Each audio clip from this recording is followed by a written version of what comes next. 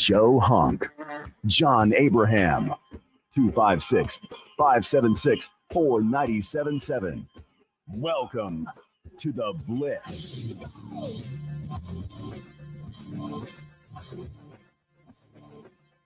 A busy night last night with the NFL draft, as well as transfer news and a whole lot more. This is the Blitz. John Abraham, Tom Cool alongside Joe Hunk. Today, we'll be reacting to it all, as well as giving our own opinions on what might happen tonight, as well as what's going on throughout the weekend. Alabama baseball also went through, as well as the SPHL championship, which found itself crowning a first-time championship. I'm not so heartbroken about it either. I think it actually helps me feel just a little bit better. I don't doubt that, Joe. It actually really does. The team that beats you in the playoffs then goes on to win. It's more about, we were upset because Havoc fans were upset because you go, are you serious? We just lost to a team that we basically dominated all year long. Yeah. And if anything, this kind of showcases like what hockey is in a nutshell, because you can see this in the NHL playoffs this year. We just haven't, obviously, we're still just going through the first round.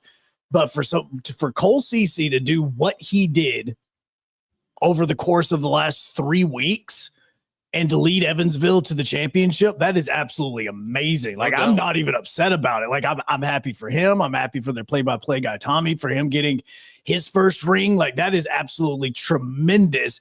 And Cole Ceci does what we can go through history of the NHL and see teams do, where they weren't the best team in the league all year long. They just got into the tournament, and you got a goalie that got absolutely hot. And the only loss that Evansville had in the entire playoffs was that first game to Huntsville. Yeah. They were on a 6-game winning streak. It's insane. To finish off the season. They did not lose to Peoria. They did not lose to us after that first loss, and they did not lose one at all to Knoxville. Yeah, they didn't just win the championship. They dominated. They straight dominated. A lot of the way through, and able to shut out in the last matchup against Knoxville is huge for them as they go on to win the SPHL championship. Now, we are still going to be following a little bit of the NHL championship or Stanley Cup. Sorry, Joe, that little audio that came through your computer kind of distracted me. It was through my phone because I'm shooting out all of our tweets right now. Yeah, all good. But again, it's I'm keeping up with what's happening in the NHL and in my bracket, because apparently I make brackets now for the NHL playoffs. Yeah, but you won't do a mock draft with me, Joe. I will not do a mock draft at all. But Toronto now up 3-0. That's the team that I have winning the championship. Yep. So now I've got to sit here and cheer for Toronto for the remaining part. I mean, again, my stepmother is from Toronto. So, I mean, I can't really say, I don't have a connection to it. But dang it, now I'm sitting here as a Maple Leaf fan. Yeah, I have no connection to Toronto except for my first NHL jacket was actually Toronto Maple Leafs.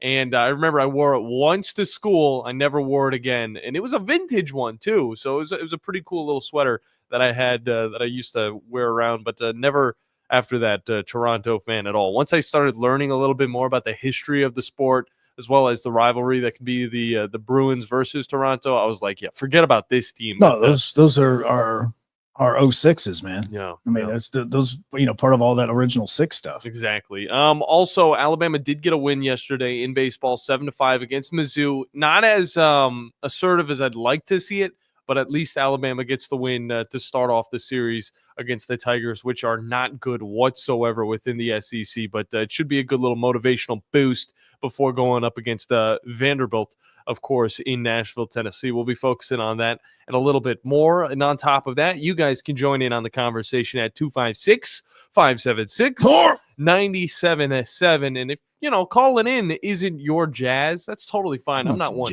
I'm not one that likes to get on the phone and really talk a lot. We got a chat box, WZZN TV, Facebook, X, YouTube. Find it over there. You can not just listen to the show, but watch us as well, and also join in on the conversation that way as you guys do. We had a few guys hop in on the beginning of the Talkin' Ball show, talking a little draft talk, and honestly, they got my gears going a little bit, had me thinking about what was going down in Green Bay yesterday, and I got to admit, the community showed up. The place was lit. It was popping. And then we saw Roger Goodell come out on stage looking like Mary Poppins. And let me tell you, I was going to say Pee Wee Herman. I don't think anybody was really cheering for that guy. They never do. Yeah. He was part of the shtick.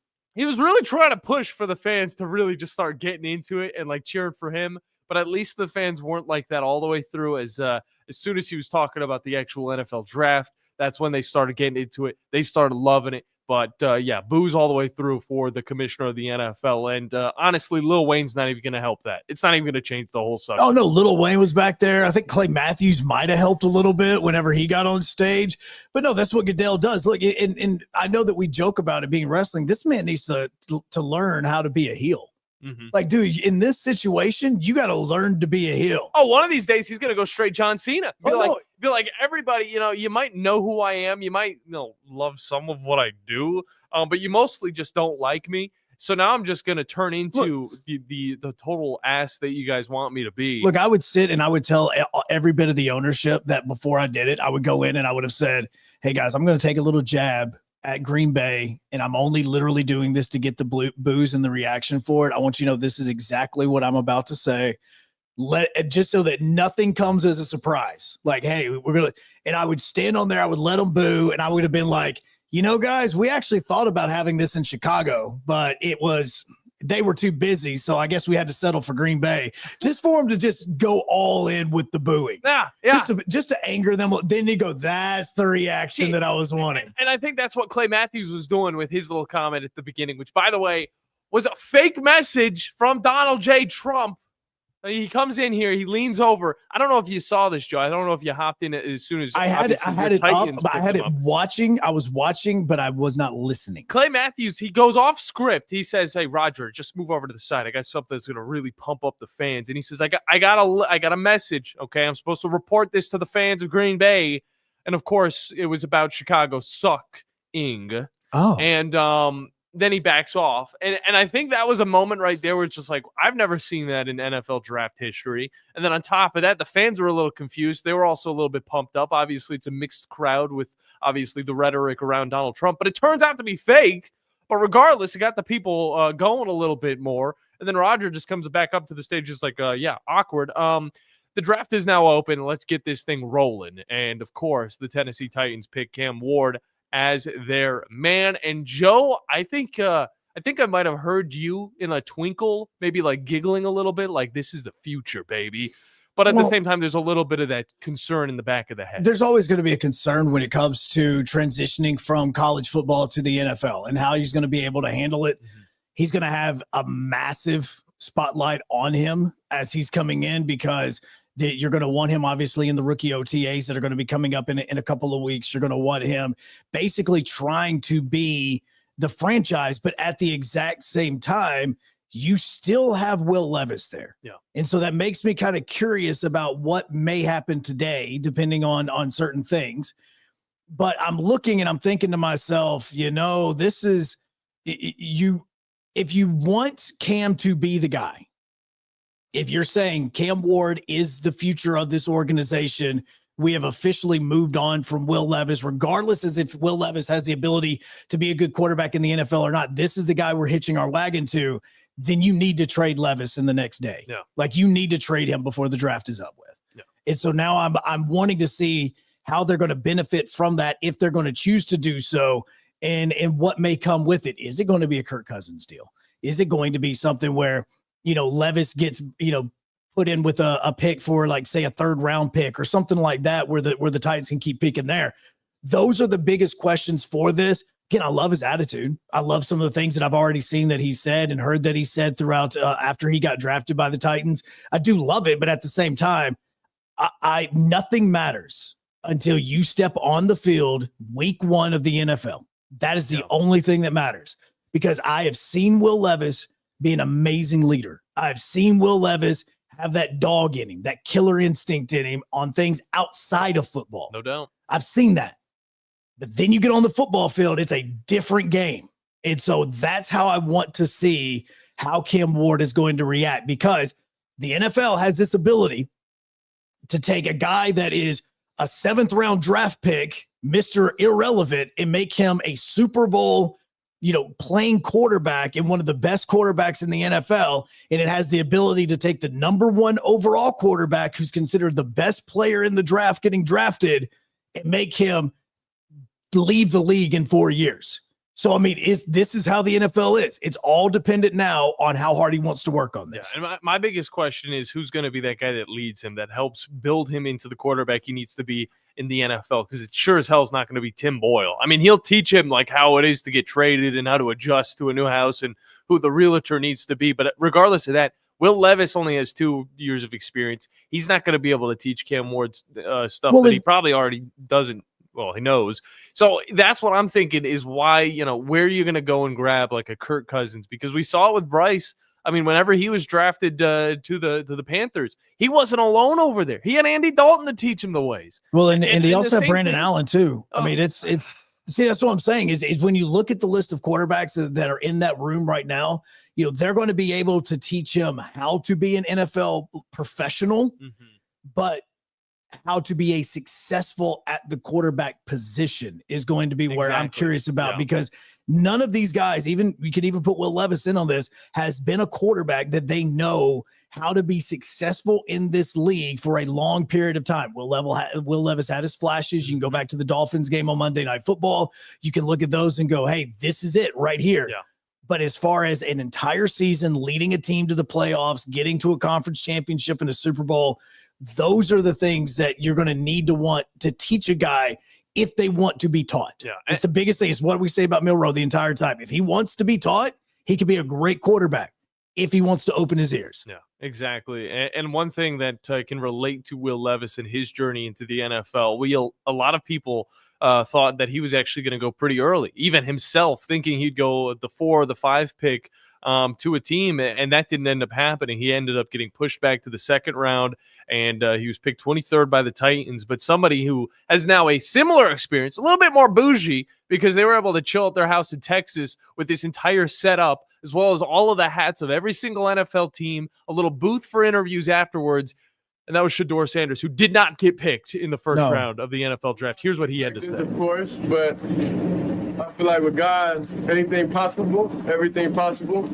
I don't feel like this happened, for no reason. All this is, of course, fuel to the fire. And under no circumstance, we all know this shouldn't happen. But we understand we're on the bigger and better things. Tomorrow's the day. We're going to be happy regardless. Legendary. Man's get humbled. I mean, is that what we're throwing at this? Like, is this good for him? No, not as much pressure. Deion Sanders comes up afterwards. I mean, he talks to Shedeur. He whispers him something. I mean, what are your feelings on Shedeur not getting picked in the first round after that entire event that he put on in Texas to really hype himself up a little bit more? Well, I do kind of want to know about how his interview went, because there are teams that fit the mold of what would be one that they would be looking for Shedeur on, and passed on him. Yeah. And, we've talked about the Saints, the Giants, like those are 2 teams that we thought, okay, these are going to be the Browns. Like you're looking and thinking, okay, this is a little odd.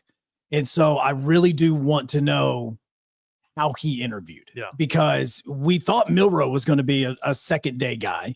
I don't think that anybody thought that Shedeur was going to be a second day guy. Now I thought he would be after Jackson Dart, because I thought Jackson Dart had more momentum because look, here's the difference. We put 2 quarterbacks in the first round. And if that was Jackson Dart, then that's where Shedeur gets pushed back. I thought there was a chance for this. But with Dart, see, this is where you start paying attention and looking back now, because we've been going over this for 3 and 4 weeks. We've been listening to what teams are and are not saying, what, anonymous sources are saying. And you're looking and going, okay, based on the first round, what have we read? Okay. Because we read a lot about Shedeur, good and bad. We've read a lot about Cam because he was going to be the number 1 overall pick. You heard a ton of stuff about Milroe over the last couple of weeks. Like, I mean, listen at you could see how many teams or how much people are like, oh, this is going to be the best, blah, blah, blah, blah, blah, blah, blah. You never heard anything about Jackson Dart. And I think the reason is because his group, his people, they were not having to hype him up because teams were already saying, trust us, you're going to go in the first round. I didn't expect him to fall as late as he did. I thought that he would be a little bit earlier as well. So when I'm looking at Jackson Dart in this is all having a ripple effect for Jalen Milroe, because Milroe was thought to be a guy that was going to go early in the second round. Well, now the teams that didn't think that they had an opportunity at picking up somebody for Shedeur for a lot cheaper than what they thought they were going to have to if they were going to move up into the first round, now that's going to push the Milroe stuff back a little bit. So now you start to wonder about the ripple down effect with him and how it connects to the way that he's potentially going to be going and going to be drafted.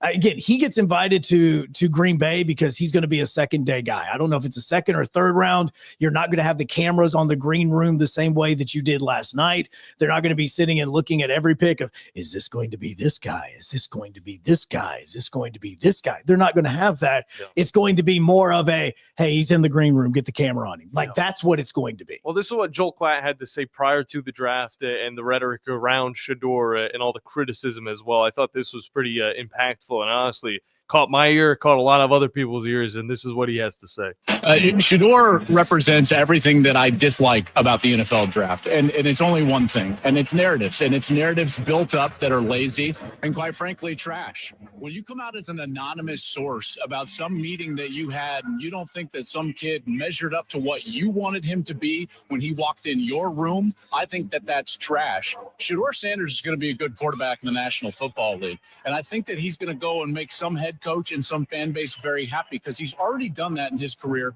and what I think is a very difficult spotlight for his dad at the University of Colorado in a program that was nothing before he got there for 2 decades. So those are the things that I'm looking at, is the things that you can't measure, and everyone wants to have an opinion about this guy. And listen, I get it, right? Yeah, he holds the ball too long and he drifts and all of those things. But I tell you what, this narrative that built up about Shedeur over this process, that's what I dislike about this draft. So what do you dislike about this draft? I couldn't pick up. A lot of stuff focused around the narrative and, of course, the pressure behind Shedeur Sanders moving forward in his NFL career with whatever team that may be. We're going to be looking a little bit more into that throughout the show. We got Drew DeArmond coming up next from Talkin' Ball. Talk a little bit about the players from the SEC that got drafted just yesterday, which, by the way, it was a lot of them. It was a lot of them, 15 of them to be exact, almost half of the group. On top of that, we will hop into your phone calls, and we'll go on throughout this show here on a fun Friday. So don't go anywhere because we are off and rolling here on the Blitz on 97.7 ESPN The Zone, ESPN Winchester, and WZZN TV. The sound of the organ. The crack of the bat. It is gone. The sight of watching the ball go over the wall. And the taste of peanuts and Cracker Jacks. There's nothing like it. Play ball! It's America's pastime. From the first pitch to the final out, you can hear every game right here on your home for Alabama baseball. Your home of the Alabama Crimson Tide is 97.7 ESPN, The Zone. When you call most roofing companies, all you'll hear is, you need a new roof. Not when you call Fleming. At Fleming Roofing and Restoration, we're focused on your needs, whether it's an easy repair or a full roof replacement. Folks around here have trusted Fleming since 1965 for all their residential and commercial roofing needs. And as the area's storm damage experts, Fleming knows all the ins and outs of the insurance claims process. Log on FlemingHSV.com to schedule your free estimate today. Fleming Roofing and Restoration. We show up. Hey folks, this is Arthur Seaton, managing partner at University Kia, proudly saying Roll Tide and War Eagle.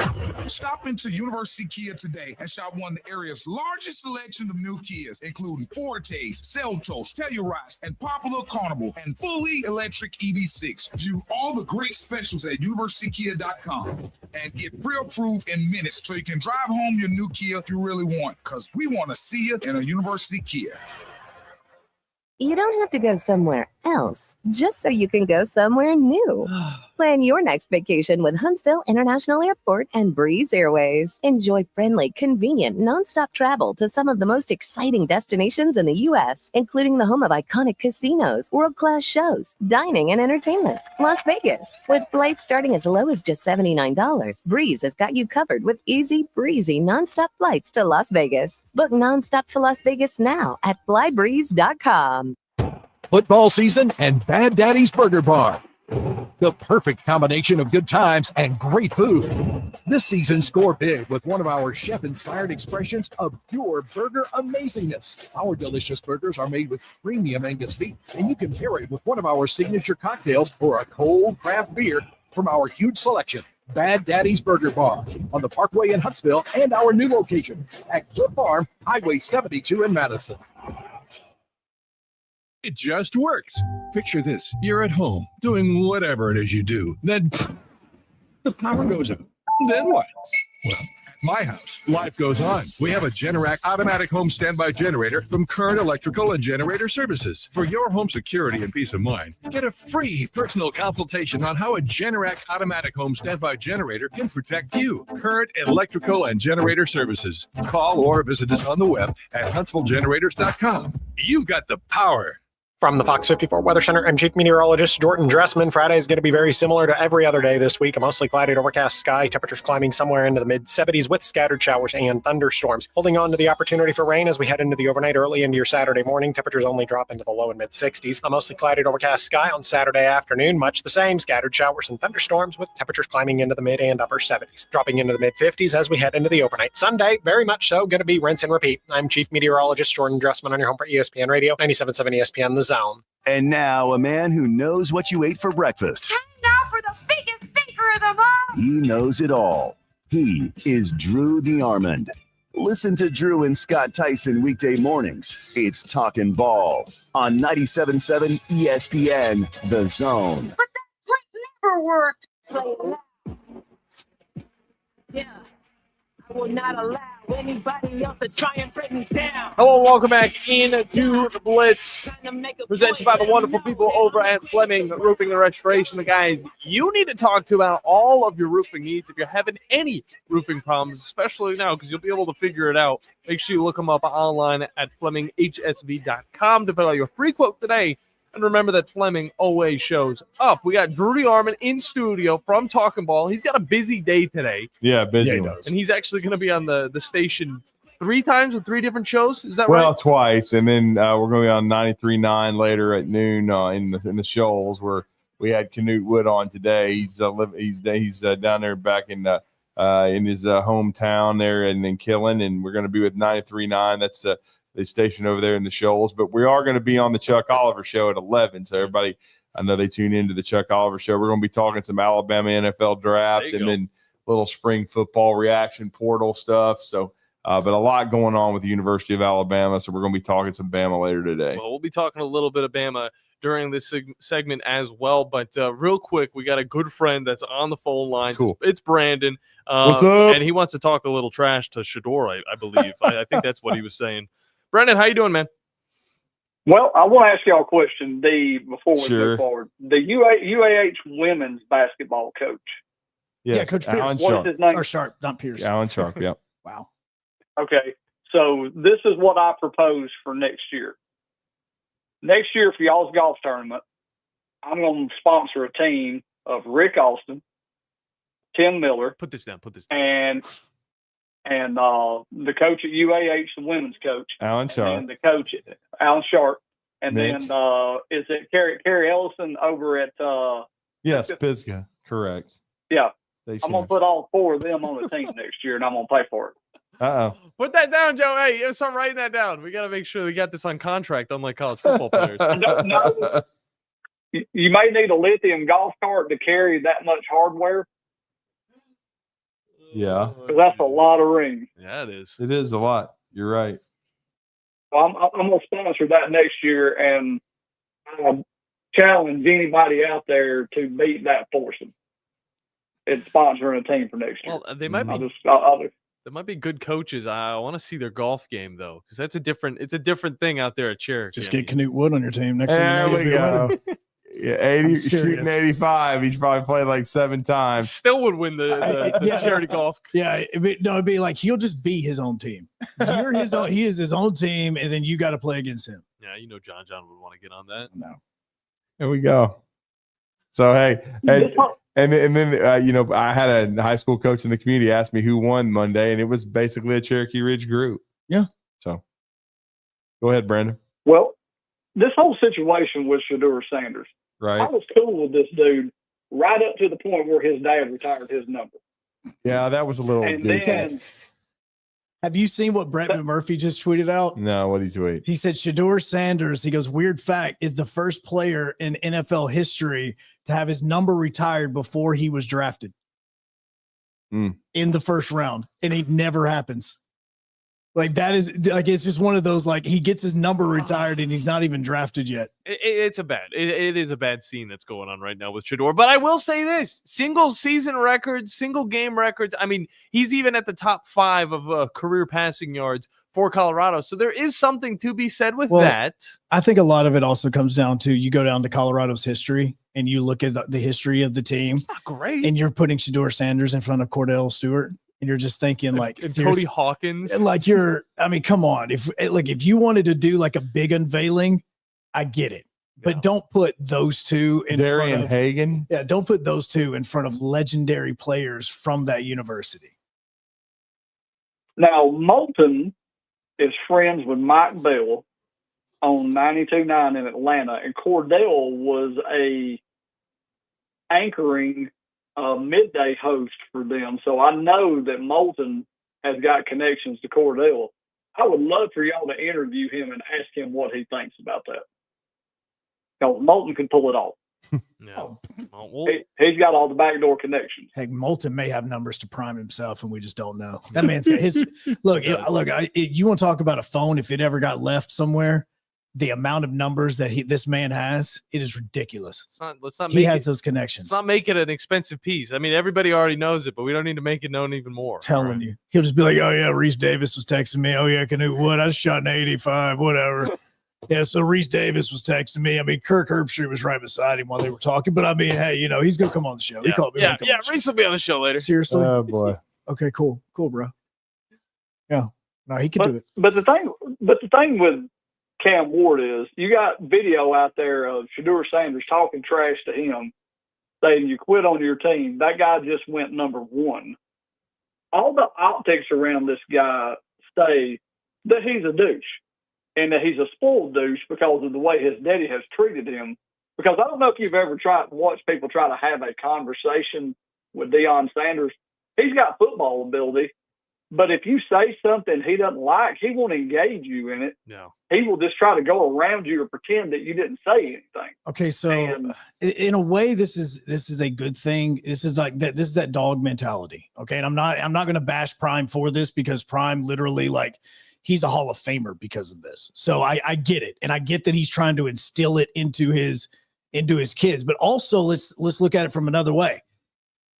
If Prime had the type of coverage at Florida State with X and with all the social media and all the videos and all that, do you think we would have seen him acting this exact same way? Like, you know what I'm saying? Like he's going to make mistakes. And I understand like the whole mentality of Shedeur. He's got a championship mentality, but he doesn't have a championship ability yet. I get it. So I'm not harping too much on this because he does have a lot of his dad in him. And I'm not saying it's a bad thing because the man got a gold jacket because of that. Well, I'll tell you and this is on the high school level. One of the greatest performing champions I have ever seen in my entire life is one of the most humble and kind people I've ever seen. And that person's name is Ace Austin. Mm-hmm. So you don't have to be a douche to have a championship mentality. No, because she embodies everything that's good about being one. Well, and some people are talkers and some people are not. Like I've talked about this on the air. I never was a talker. I hated talking. Heck, even before, even in my career in radio, I hated telling people that something was going to happen and then it not happen because that's just how I am as a person. Like it's that whole jinxing thing of it. That's not her game. That wasn't my game. But again, I have friends, some of the biggest trash talkers you will ever see. And if they try to boom room, exactly. If you try to have them play the way that I played, not talking, not doing anything, it would affect their game. Prime's the same way. He feeds off of that. No. And I think Shedeur feeds off of that. I think that the video you're talking about with Cam said a lot more about him because he knew that Shedeur was just trying to get under his skin and get a reaction. And he saw the cameras around him and he didn't feed into it. And that's not what Shedeur wanted. Shedeur wanted him to come back at him. And I think that even in the trash talking part, because that feeds into what Shedeur does, and that's not what Cam's game is. I think that being somewhat humble and being somewhat of a statesman when you're in that big of a spotlight is good for you. It's okay to be a dog and it's okay to talk trash, but have a little class and respect. And I feel like last night he got punched in the face by class and respect, and it brought him down a couple of notches. And I also think that they knew this was coming. Yeah. At no point did they knew he wasn't getting drafted. That's why they didn't go.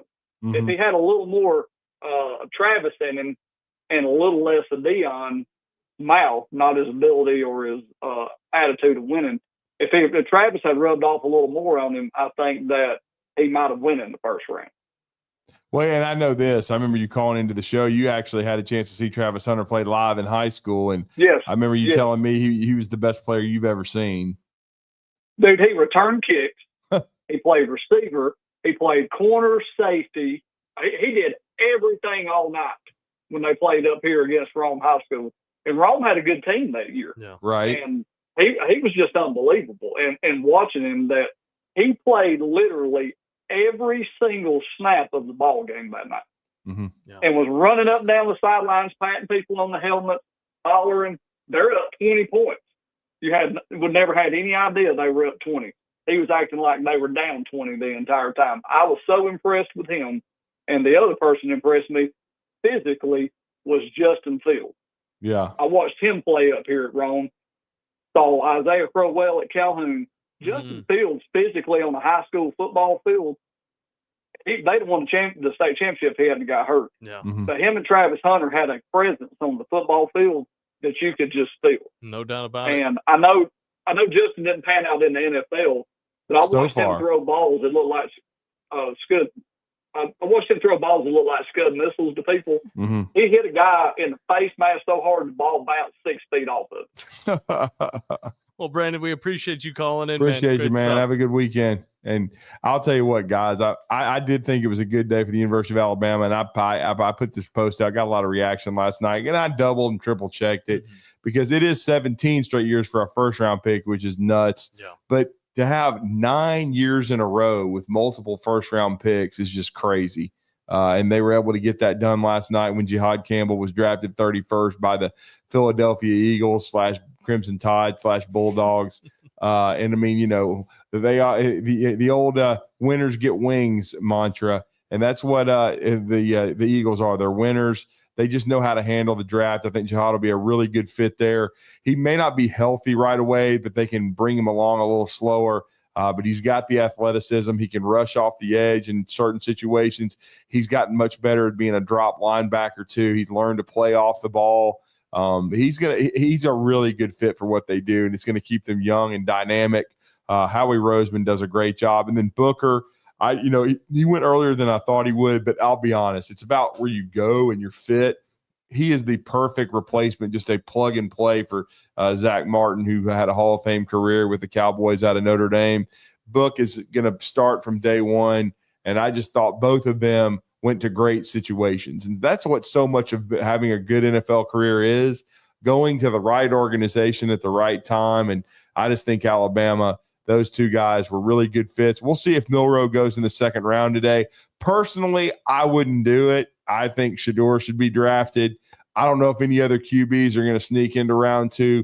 Milroe might, it depends on how much the Browns really like him, because his former OC is now the OC and QB coach with the Browns. But I think there was some friction there too. I think they figured things out, but we'll be interested. If I were the Browns, I would be focusing on Shedeur, and then we'll see what the Las Vegas Raiders think, because the Raiders, they need a long-term QB solution, but I'm not sure that Jalen Milroe is that guy. I think Tommy Rees and Milroe may have hashed it out, but at the same time, I don't think Rees wants to go through that headache again. Hell, I wouldn't. I'd be all over Shedeur Sanders and trying to make that work. And, and I just think, like I said on the Talking Ball, having Joe Flacco there, who won a Super Bowl. I know Kenny Pickett did as well, but Flacco was the starting quarterback and has already had a good run with Cleveland once before. I just think Joe Flacco would be a guy that could, without question, bring him along and help him.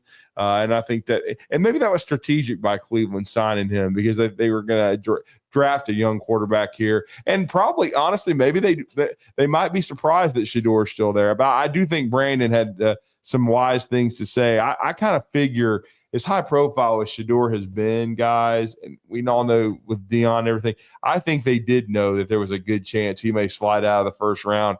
And so that's why they didn't show up. I doubt they'll be in the green room tonight either. I mean, they're just going to wait it out and see what happens. And now it's just about the opportunity he gets. Cleveland would be a good one from the standpoint of being able to play and probably play quickly. But we'll just have to find out tonight. It's going to be some good stuff. Yeah, and I totally forgot that Joe Flacco got re-signed again. Just because the first time around it was cool.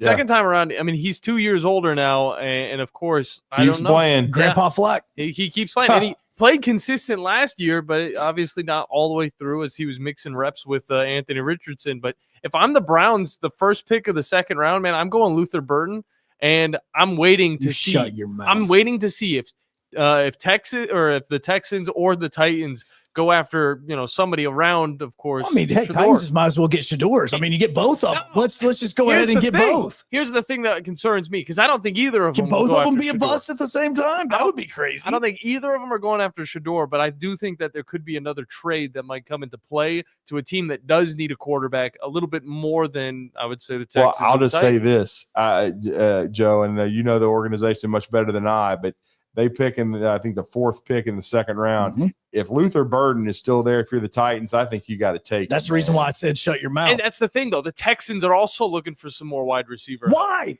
Even more. Why? Bring them in. My heavens. You've already got a slew of them. Like, that's half the reason why that team's any good is because of all the talent that they already have on the field. So you don't need that garbage in your life. At least that. Look, man, that's the other part. And Drew, you sit here and you go, oh, I hate the fact that said player just signed with Kentucky or said player signed with LSU. I'm sitting here. We get Cam Ward. Then what happens right after? Oh, the Jags picked up Travis Hunter. And then what happened? Oh, the Colts just got Tyler Warren. And I'm like, son of a gun. Can somebody, one of you guys, make a bad pick, please? Well, if they don't take Burden to help the quarterback, then somebody like Will Johnson, if he's still there, I know the medicals have been a little iffy with him from Michigan, but he would be a great corner. But I actually like the Titans defense. I was talking to Coach Mack about that earlier this week on the drive. I think Luther Burden, if he's there, and I think there's a decent chance he will be, I don't give a rat's rip about his 40 time. I just know he can get open. He's very elusive. I love his production. And again, he didn't play with a great QB, in my opinion, at Missouri. No.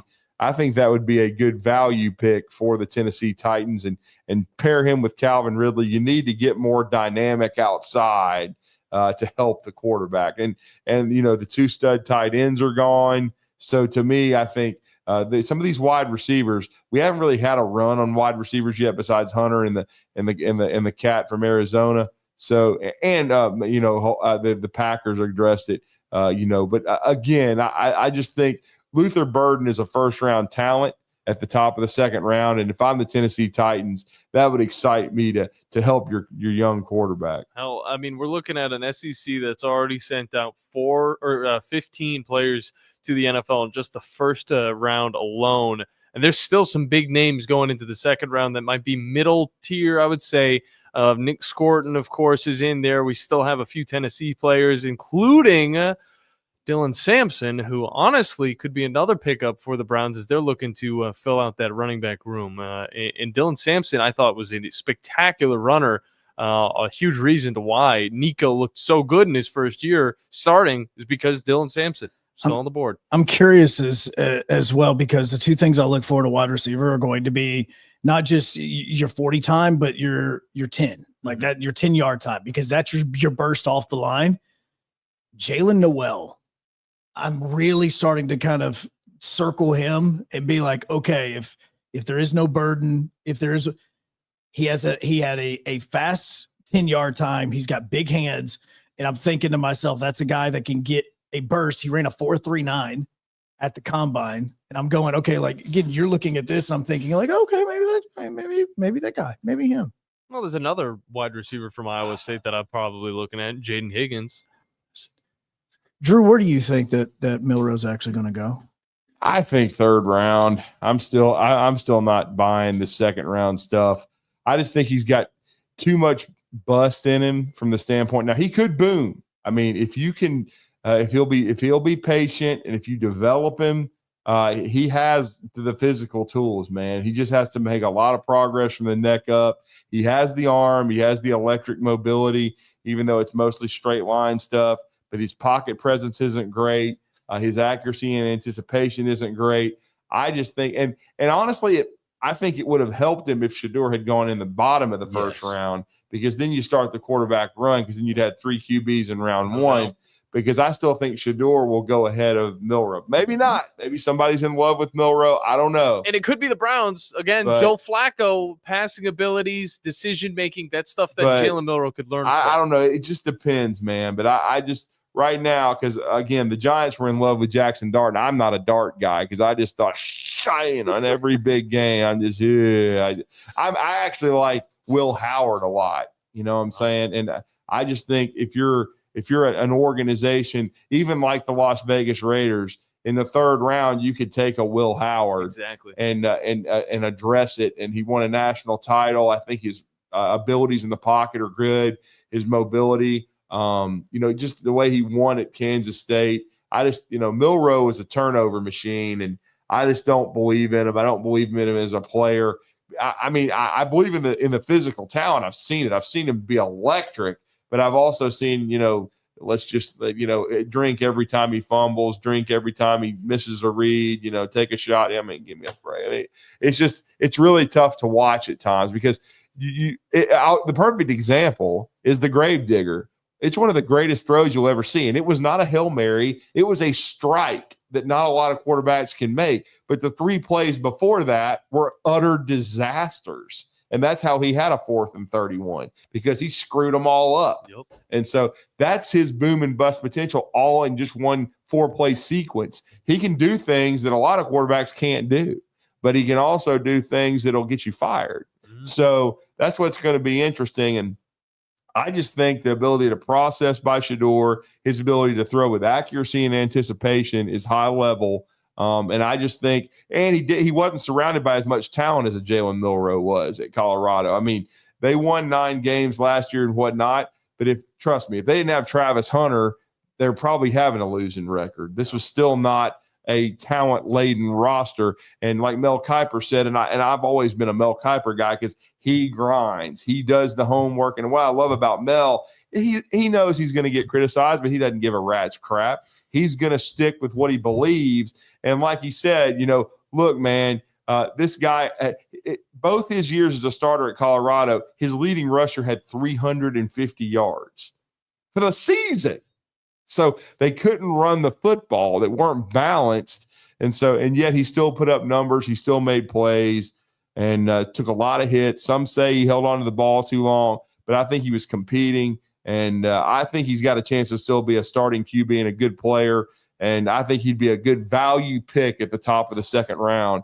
Milroe, I've always said, was more of a 3rd or a 4th round guy, because he does have the tools to potentially develop, but I'm not going to tie up, 1st or 2nd round money in him. Yeah, and the other quarterbacks that are still on the board, of course, Will Howard, as we were talking about, Jalen Milroe. I like Ewers too. I think Ewers is not bad. I think Riley Leonard, Tyler Shue. Leonard never developed as a passer to me. Yeah, I don't like his ability to throw the ball. I think he's a hell of an athlete. I'm just not sure he can throw the football effectively enough. Dylan Gabriel still on the board, obviously. Quinn Ewers, Kyle McCord, and then that's whenever we get to the Curtis Rourkes and the Brady Cooks, the Graham Merton. Joe's personal favorite, Peyton Thorne. No, Peyton Thorne's going to stay on that list for a while. For whatever reason, average that free agent list is going to go away, and he's still going to be on the list. Average draft projection 42. Yeah, right. Jeez. 42nd round. Is that what they mean? I think Joe and John. I think that's probably the 42nd ranked quarterback in the draft, more than likely. I don't know, man. I think there's seeing other numbers. Offensive lineman that's on there. Because 42 would be a second round pick. He's sure as hell not a second round pick. I'm not 100% sure on that. I'm on the PFF.com for my draft conversation. But Drew, any hot takes going into tonight, not surrounding the conversation we were just having, before we get you out of here? Well, I mean, my prediction would be that I'm going to stick with Milroe having to wait till at least round 3. I just don't. There's not a lot of quarterback needy teams. I'm not sure somebody's going to trade back into the second round for Milroe. They may think he could drop to them. And it wouldn't even shock me if another quarterback, Shedeur, of course, but maybe the cat from Louisville, whose name I'm still trying to figure out how to say the last name. I know. Is it Slough? I mean, Shoe? I've been saying Shoe. Yeah, he's got a big time arm, and he's a guy that I know some people like. Will Howard, again, Ohio State, and his pedigree. Quinn Ewers. Wouldn't surprise me if another couple of quarterbacks went before Jalen Milroe. He's going to get drafted. I'm not saying that. I'm just saying I'm not sure if I buy this second round stuff. We'll see. But again, I'm anxious to see where Luther Burden goes, because I'm a Burden fan. I enjoyed watching him play and compete. And like I said, I think he would be a really good fit with Joe's Titans at the top of round 2. I'd love to have him again, Tyler Boyd. That's what you're looking for. That's what Tyler Lockett's going to be. I could totally see Bird kind of filling that role. Don't take Burden. I want him to go to the Browns. If there's any other player, no, you didn't get. No, I don't want. Never mind. Now you got a boatload. We'll see if it worked. But you didn't draft Travis Hunter. He didn't go to Cleveland. He's going to Duval. Yeah, everybody thought. I feel like Duval is a good fit. Regardless, we gotta hit a break because Steve just walked in with some Bad Daddy's donuts. Or wait, no, Bigfoot's Little Donuts. I get mixed up Little Donuts, with all of the tasty food that's over on Big Zone Deals. Make sure you guys go check that out. You'll be able to get some of this. If you're watching on WZZN TV. Oh my gosh, yes, bring that. The Fruity Pebbles. Fruity Pebbles. We got all the donuts. John Cena. Oh, so go and check that out. Go and save 50% off over at Bigfoot's Little Donuts. We'll take it to break. Drew, appreciate you as always. We'll be back on the other side. 256-576-977 is the number to call in. This is Brent Musburger's BSIN Action Update on 97.7 ESPN The Zone. AI-powered betting models to help you make sharper picks during March Madness. Free 7-day trial available now at rhythm.com. That's RITHMM.com. Atlanta Braves today send out Chris Sale, a $1.20 road favorite against Zach Gallen of the Diamondbacks, plus 100, 8.5 under the total. Braves coming off a 4-1 win over the St. Louis Cardinals on getaway day in Atlanta. The NASCAR Xfinity Series racing tomorrow at Talladega, the Ag Pro 300, Austin Hill plus 280, Jesse Love plus 550, Eric Almirola 11-1, while Sheldon Creed, Justin Allgaier, and Connor Zillich are all 12-1. On Sunday, the Jack Links 500 Cup race at Talladega, Ryan Blaney, Kyle Busch, Joey Logano, all at 11-1 to win it. Mike Sennett, 97.7 ESPN The Zone. By now, you know about Eagle Masonry and Insulation. And maybe you know that Eagle also does landscaping and dirt work. But how about after paint work? Shower doors, shelving, and mirrors, all taken care of by Eagle. The same Eagle that takes care of all your masonry, insulation, and landscaping needs. Eagle brings the same level of expertise to all these disciplines, and they're ready to provide you with a free quote. The website is the same, insulatewitheagle.com, as is the phone number, 256-755-1556. Give them a call and see what Eagle can do for you. Eagle saves you time. Eagle saves you money. Specializing in simple and affordable rentals, McCurry Van and Car Rental can make sure you have just the right vehicle for your next family vacation, weekend getaway, or if you just need transportation while your vehicle is being repaired. McCurry carries Ford Transit vans and Mercedes Sprinter vans, trucks and work vans, and more. And they offer discounted rental rates for long-term rentals. Now with 4 locations: Athens, Muscle Shoals, Coleman, and Huntsville. Log on McCurryRentals.com to make your reservation now. That's McCurryRentals.com. I'm here with Stan McDonald of Jacob Title. Stan, I've heard that every real estate closing at Jacob Title is a very big deal. Why is that? Wes, I'm reminded of a very impactful statement that I heard from Coach Gene Stallings years ago when he talked about big games and little games. He said he didn't like that comparison. He says, because try losing one of those little games. And if you ever do, it ends up being the biggest game all year long. Well, it's the same thing with real estate closings. Every game, every closing is a very big deal at Jacob Title. Because when it's your closing and your contract on the line, it's a very big deal, and we understand that at Jacob Title. So it sounds like whether your client is a first-time residential buyer or a multi-million-dollar investor, they can expect your A game. That's exactly right. As a matter of fact, when you bring your real estate closing to us at Jacob Title, we understand it's all about trust and confidence. And when Stan McDonald tells you that a chicken dips snuff, you can look under his wing for the box. And like Beebs likes to say, there's no doubt about it. The state's largest orthopedic group is growing to meet the needs of the patients in our community. The Orthopedic Center has long been the most trusted name in orthopedics in North Alabama. So as our area continues on the fast track, so does the need for premier orthopedic care anywhere and anytime you need it. TOC is proud to announce the opening of our new locations in Albertville and Hampton Cove, along with the grand opening of our newest office in Decatur. These clinics will offer the same high-quality orthopedic care you have come to associate with TOC, with the convenience of being closer to home. As a patient, your time is your most precious asset, and we recognize that at TOC. That's why we are also proud to announce the opening of our urgent ortho clinics to handle those bumps and bruises that need prompt attention. These clinics are available to care for acute orthopedic injuries with no appointment necessary. With 38 physicians, 20 centers of excellence, and now more than a dozen locations to serve you, TOC will continue to be the name you turn to for the best orthopedic care at the right time. Visit our website at visittoc.com for more information. TOC, helping you live a better life.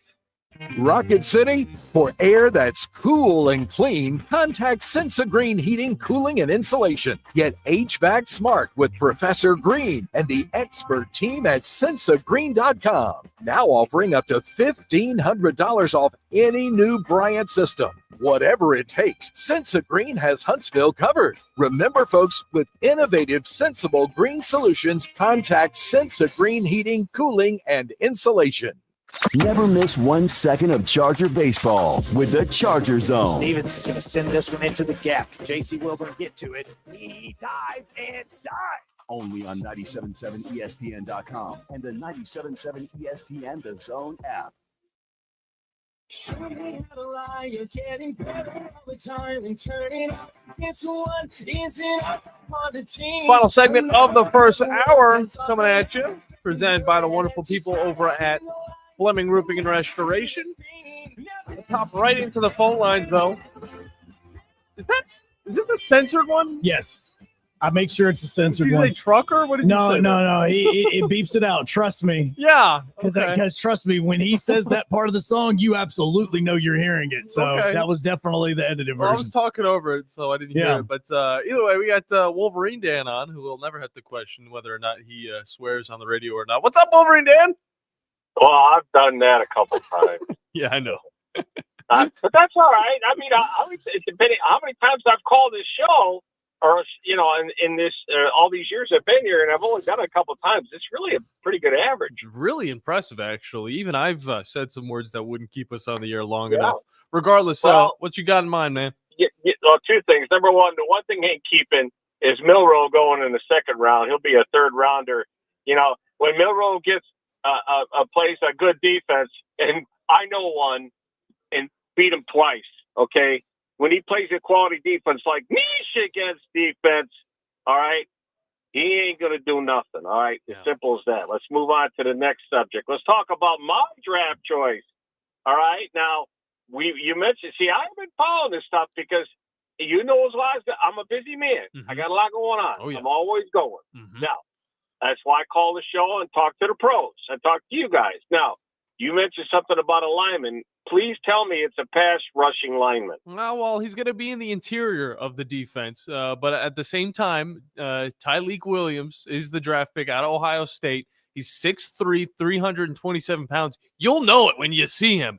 He's a former 5-star out of Virginia, actually. And let me just say, this guy, he knows how to rush the quarterback, but getting sacks, he averages around 2, I would say, per season. but that's just in the college football scene. Okay. Well, I need another bookend. We already got one bookend coming back. Yep. I saw pictures of him running like a deer, and I just need the other side. That's what I need. No. And we need to drag because we got everything else. We're fine. We just get that, beef up the defense, and we should be in the big dance. Well, Wolverine Dan, you might have an opportunity to get one of those guys here in the second round. Well, actually, I'm looking to see if you guys got any draft picks. Yeah, 60th, I think, is your next one. And you might be able to find yourself picking one up because there are plenty on the board. But we appreciate you calling in, man. It's always good to hear from you. All right. Go blue, bro. It's crazy, though, because you got a guy from Ohio State. Yeah, no, I was wondering if you were going to throw that part into it. Whatever you I bring did it over the phone lines. He said it doesn't bother him. He's a lion now, so it doesn't matter. Either way, we're going to the second hour. We got a lot of fun coming up, so stick with us here on The Blitz. Have you discovered Good Company Cafe? The place for breakfast, brunch, lunch, and so much more. Enjoy brunch all day and pair with one of our many seasonal refreshing drinks, including alcoholic and non-alcoholic options. Choose inside or outside on our gorgeous, spacious, dog-friendly patio and have some fun with friends playing yard games in the courtyard. See catering, to-go options, and lots more at goodcompany-cafe.com. Good Company Cafe, 7500 South Memorial Parkway. Now, it's time for your Atlanta Braves morning update, presented by Tidal Wave Auto Spa. Get clean car happy at any of the 250-plus Tidal Wave Auto Spa locations today. Braves open up a series with the D-backs tonight. I'm Barrett Salee, and this is the Atlanta Braves Radio Network morning update. Get clean car happy all season long at Tidal Wave with exclusive membership discounts, giveaways, and more. Visit TidalWaveAutospa.com/Braves for more information. The boys are hot as they head out west, fresh off a 5-1 homestand that culminated with a 4-1 victory over the St. Louis Cardinals on Wednesday afternoon. Eli White was the hero, a 434-foot, 3-run home run in the 8th inning to give the Braves the lead.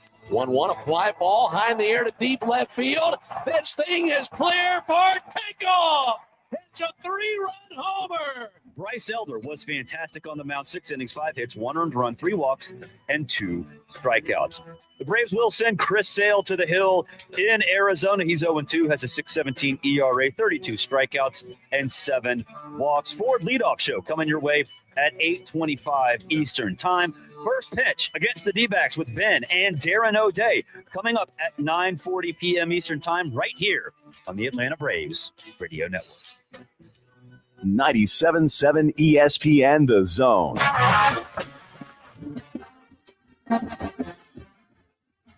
From the University of Alabama, this is Crimson Tide Today. It's a daily update on Bama sports and it's brought to you by Guthrie's, America's original chicken finger restaurant. It's now an official partner of the Alabama Crimson Tide.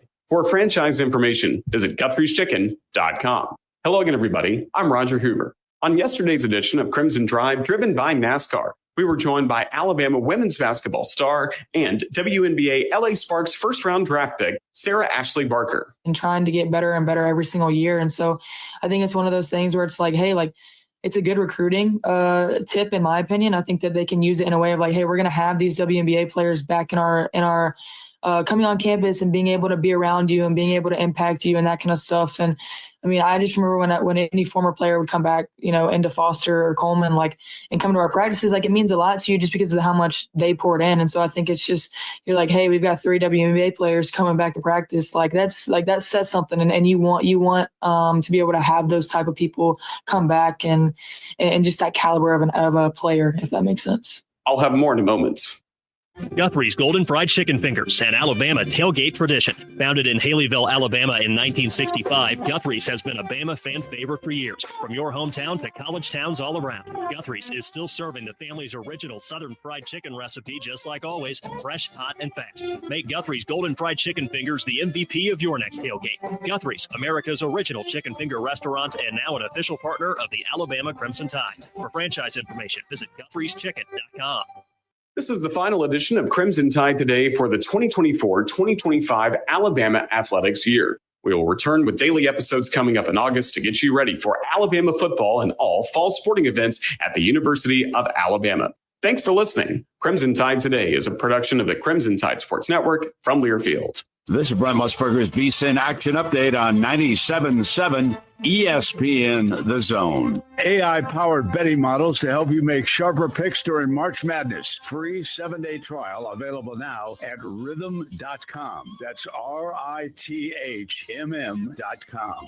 The Atlanta Braves today send out Chris Sale, the $1.20 road favorite against Zach Gallen of the Diamondbacks, plus 100, 8.5 under the total. Braves coming off a 4-1 win over the St. Louis Cardinals on Getaway Day in Atlanta.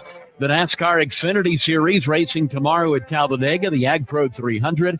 Austin Hill plus 280. Jesse Love plus 550. Eric Almirola 11-1. While Sheldon Creed, Justin Allgaier, and Connor Zillich are all 12-1. On Sunday, the Jack Links 500 Cup race at Talladega. Ryan Blaney, Kyle Busch, Joey Logano all at 11-1 to win it. Mike Sennett, 97.7 ESPN The Zone.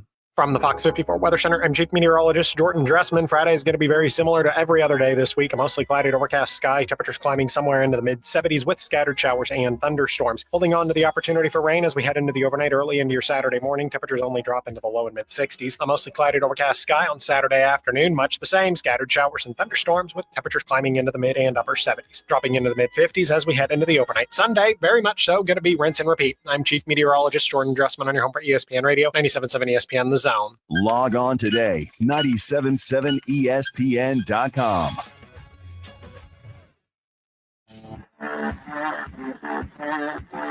Joe Hunk, John Abraham, 256-576-4977. Welcome to the Blitz. Second hour, final hour, best hour on 97.7 ESPN The Zone. Joe Hunk, John Abraham with you on a Friday. Second hour, final hour, best hour is actually a little bit more truthful for me right now. Is it really? Well, it is literally my final hour on the station for at least 10 days. Come on now. For We don't 10 know that. days? We don't. It's raining outside.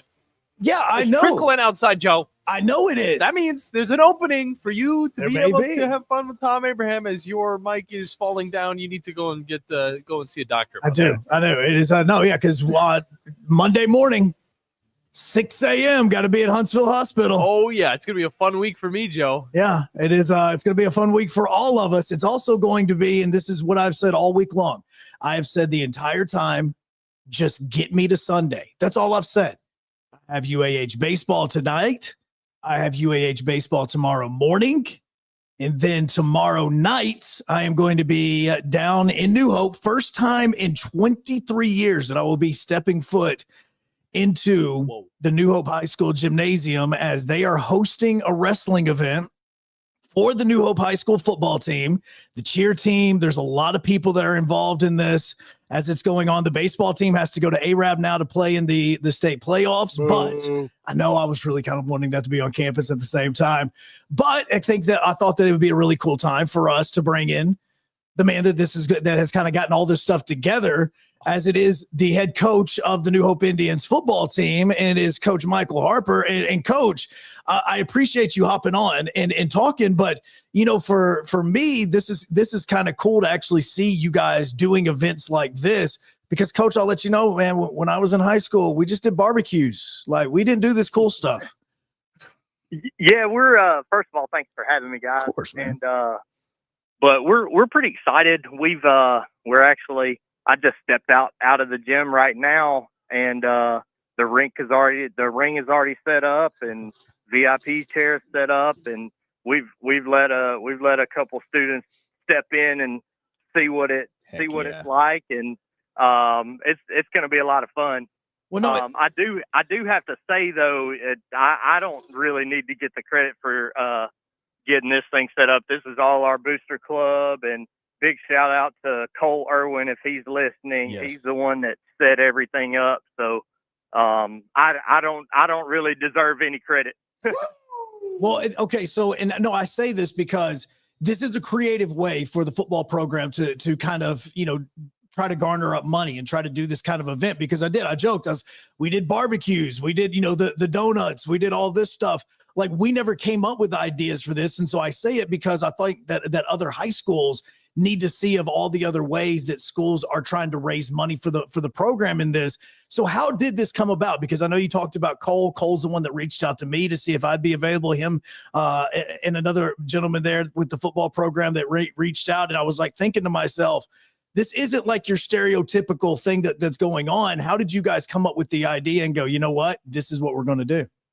Yeah, the days of selling cookie dough and, magazines and all different kind of stuff, those days are kind of over. It just doesn't do well anymore. We have a booster club like every program does. And, it's just everything from helmets, shoulder pads to paying for officials. It's just become so much more expensive. So we have to keep adding fundraisers. And so we always try to have a fundraiser in the spring and a fundraiser in the fall. And we were at our last booster club meeting, and Cole he's the one that brought this up. And, I just said, hey, let's run with it. It'll be a lot of fun. Back in my high school and college days, I was a huge professional wrestling fan. So I was like, this might be kind of fun. So let's give it a try. And it seems like it's generating a little bit of buzz in the community. Well, I think it is, but also it's something for your program and your players and all that sort of stuff to kind of get into, man. I mean, like, I know you're coming off the season that you are, but things like this and the way the football program is doing and all that, like for you, I mean, do you have any of the football players that are also on the baseball team? We do. We've got quite a few with a school our size. We all share athletes. Mm-hmm. We have players. We have players on the basketball team, on the baseball team, track, golf, tennis. We even have a bass fishing team. So, we got guys that we share athletes everywhere. But yeah, we have we have about 4 or 5 guys that are maybe actually probably even more that are playing tonight and tomorrow. Yeah, it is, like you said, it is disappointing that we had to move the game, because it would have been fun coming off of potentially playing tomorrow and here on campus, and then getting to step right into this event. But yeah, we share athletes, and one of the big things for us is we want players to be successful in everything they do, not just football. And there's no substitute for competition. So one of my philosophies as a coach is, I want everybody to play as much as they can, because you're only in high school once, No doubt. Yeah. Michael Harper, coach of the New Hope Indians for the football team, on with us. And that includes wrestling, like professional wrestling. Like these are going to be the kids wrestling, right? I mean, no. We have who's wrestling? I actually don't know what the entire lineup is. I know that we're doing something for Bobby Eaton after there's been a Bobby Eaton award that's been created. A lot of people that are helping with this tomorrow night has worked with Bobby. I worked with Bobby in his very last match that he was a part of as well. So we all have a connection to Bobby in this. And so that's really the only thing that I know about, unless, Coach, you got something that we don't know of what's going on and who's going to be there. Well, we've got a few small surprises. Nice. Or a couple of small surprises. Okay. And we've got some amateur professional wrestlers. So it's going to be all of them. There's not really we don't have any athletes that are involved or anything like that. I'm not stepping foot in the ring. That was the biggest question, because if I would be one, me and my buddy would be one to be like, Coach, like, you got to let us wrestle. Like, we love this type of stuff. See, and part of this as well is that the coach doesn't know. Again, I'm the MC on this, so I can call an audible. Like, that's the thing, is I can call an audible. And I can sit here and be like, hey, look, Coach, I'm just going to let you know, I may pull you into the ring, if at the least to talk to everybody before we get this going. But most quarterbacks, most quarterbacks know that every audible that's checked to has to be approved by the head coach first. So, okay, touche. Got the little earpiece going on, and he's like, no, scratch that one. Yeah. We're switching it up. We're doing an RPO read. Yeah, see, because luckily for us, Coach, the people that are going to be behind the scenes and helping, they've seen kind of how I've done MC work for wrestling events, and I've been the in-ring announcer because I don't do it the traditional way. Like, I'm going to talk to the fans. I'm going to be there. Like, I'm going to try to make it a little bit more fun than what you're going to see on WWE. Like, I'm not just going to stand in the ring stiff. I'm not wearing a suit. I'm going to, wear what I typically would wear in something like this. And so we're going to try to make it fun for you in this. But at the same time, I also want it to be something like for you guys, because you just mentioned it. And I know small school, you've got players playing every single different position in this, but you've also got some people and some players and some guys that would possibly want to play that could help the football program, that stuff like this, they go, okay, this is kind of cool. So I want them to be able to see the guys in a little bit of different light so that maybe you can even add a couple of players to it, because I know even for your practices, Coach, like every single player is going to matter in this.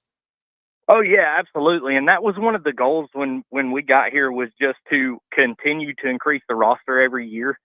And 9 through 12 for our size for a 4A school, we're up to 56 players, 9 through 12. So we're continuing to grow the roster, and, would like to continue to grow the roster. Because like you said, every number helps, no matter what we're doing. So I think this is an event like this, and like you said before, knowing that they're, to be a part of it, they're not going to have to go door to door and try to sell, Yes. cookie dough or gold cards or something Coupons, like that. We're trying to, make it as easy for them as possible, so the players can just, go play and not have to have something else on their plate to do. I totally love that. All right, because our coach, what we used to have to do, we used to have to make go out door to door and sell these coupons. And I was like, yeah, this is nice, but at the same time, I'm a football player. I'm not a salesman. Knowing little of what I'm doing now. But for you as a coach, because now it's getting into a little bit of the football talk. You got into this school after I think it was 9 years straight of losing seasons. And to have that responsibility to try and build a school back up from, I would say, the ground up every year is a little bit different. What are you doing with your team, with your players, to try and instill that into them that, hey, this is a different program. We're not what we were, 5 years ago, 6 years ago, or even anything like that? Well, the first thing that, to me, that it begins in the weight room. So we've had tremendous buy-in in the weight room. We've had multiple players increase their bench by 80 plus pounds just in a matter of 7 weeks. We had a couple players increase their squat by over 100, 150. We actually had one guy increase his squat by 200. Golly. Weight rooms our biggest deal. That we're getting some buy-in from and getting some discipline from. The other thing that we're just really focusing on is developing character, and we preach a lot about becoming a good person, not just a good athlete, but becoming a good person. And the reason we want to do that is the better person that you are, the better teammate you're going to be. And then we talk about we like to talk about being wanting to see your teammates succeed too, and it's not just about you. So we've got two mottos that we use. The one is going to sound generic, but it's win, right? We break it down to win every day, and it's in every time we move from station to station, we break it down, and it's to win. And there's no great acronym. It's just that we want to win. We don't just want to win the game. We want to win every rep of the bench press, every rep of the squat. If we're going through hurdles or we're going through ladders, we want to win that moment every time. So we're trying to instill that competitive nature, competitive spirit in every player. Yeah, I feel like that started this year, or this past season. We started off really well, started off hot. We were, for a while, we were we were leading the state in scoring about halfway through the season. Mm-hmm. And then we just, our schedule got a little tougher. We had some injuries. So we're just trying to build on that aspect. Yeah, no doubt. And winning is, that's the thing. I love that. Winning in life, winning every single day with the big things, the small things, but it does come from those small things. And that adds up, similar to the practice, winning in practice, all of that. It's great, great message from Coach Michael Harper, who's on with us here on the Blitz from New Hope. And Coach, your first 2 weeks, you were talking about it. You brushed against it. It was quite interesting, those first 2 weeks as the coach of this New Hope Indian squad. Talk about the feelings that were going through your mind once you played the first game and you saw the scoreboard get up to a combined 147 points, because that is wild. Yeah, so I'm in my 20th year coaching, and I've been at a lot of different schools, and that was probably the most wild game I've ever been a part of. And I've been a part of James Clemens, Bob Jones rivalries. I've been we've been a part of some crazy games, and it just got when the game got up in the 40s and 50s, you kind of know with small schools and everybody playing both ways, you kind of see everybody's gassed, right? And so you kind of get the feeling that it's going to be one of those nights where nobody's really going to be able to stop anybody in the second half. Especially with it being the first game of the season, you're still getting into game shape. So that's kind of why we did what we did with a minute. So we scored a touchdown to go ahead, or to cut it to 1, and with a minute left, and that's why we decided to go for 2. We weren't trying to take it to overtime, and we got the 2-point conversion, and then they just, we kind of batted around a couple times on that Hail Mary, and it's just, it's one of those you just kind of you chalk it up to a bad bounce, because I feel like we did everything right in that situation. No. But then we bounced back the second week of the season, and it was just it was also kind of a whirlwind.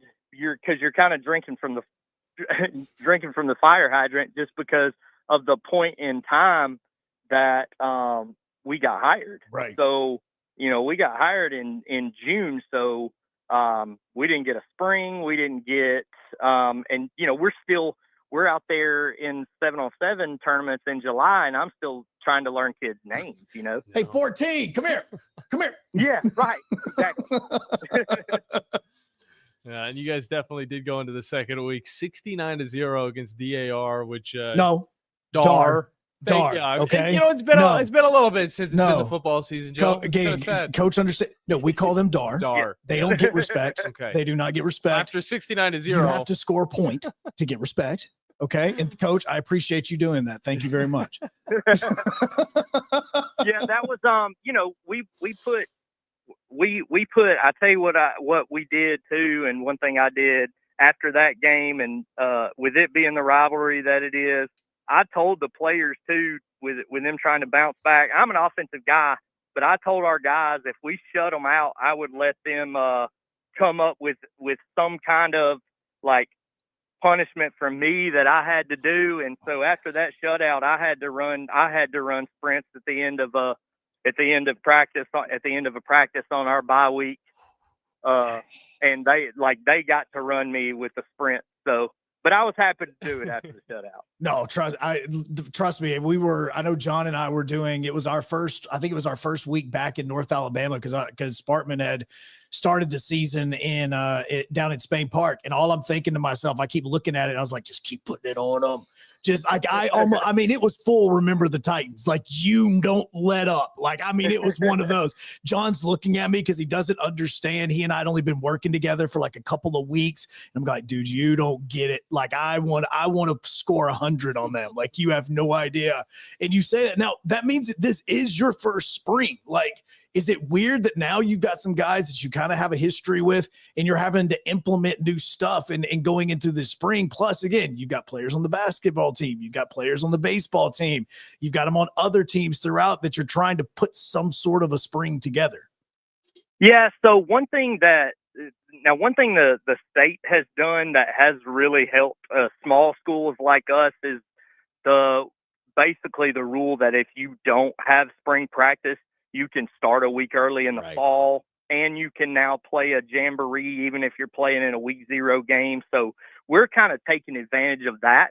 That way we're not having to pull both of our quarterbacks play baseball, right? And so we couldn't go into spring right now because we don't have quarterback, right? So we're doing our skill development twice a week.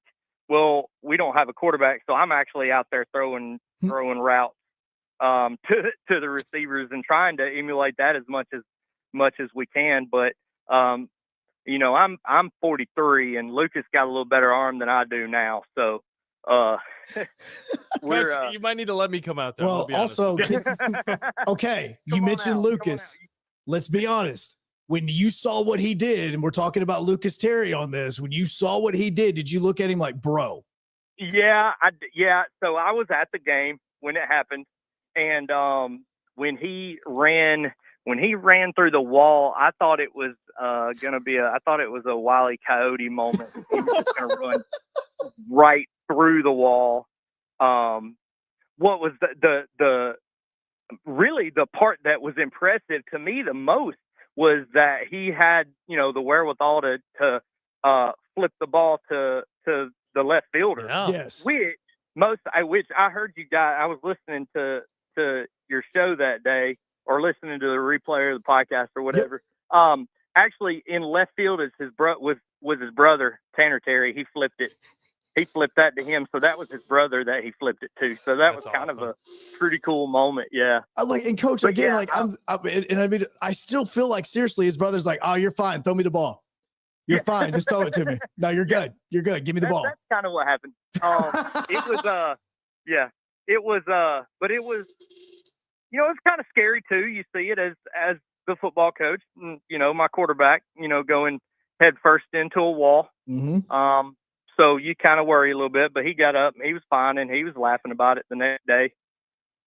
Oh, that's awesome. And we give him a little crap for it. Oh no, you I don't know if I'd give him crap for it. I would say I'd respect him after that a little bit more. He he definitely gets respect, but we still have a Lucas Terry indention in the left center field wall. Well, at least you know who it's can still run there. Yeah. Okay. Well, it kind of is. They popped it back in as best as they could. You should just replace the panel. Yeah, they popped it back in as best as could. And Coach, at least there's a good thing is you can know who can run through the boards and everything whenever the season starts, and you got to come through the paper. Well, one thing, our baseball coach Dennis, he should be excited because he at least knows that Lucas Terry will literally run through a wall for him. Yeah, it's not a figure of speech for him. He will literally run through a wall for you. Yeah. That is awesome. Respect game. And Coach, seriously, tomorrow night, I'm excited about it. I'm excited because now I can focus on it because, we know everything now about my wife. We know she's not going to go into labor beforehand. So I can sit and we can have a little bit of fun with this. And again, I'm at least going to come up to you and be like, all right, you getting in, you're going to at least say something. So just be prepared. All right, we'll see. I'll try to get something. I'll try to get something prepared. But we really appreciate. Seriously though, we really appreciate you doing this and you coming out.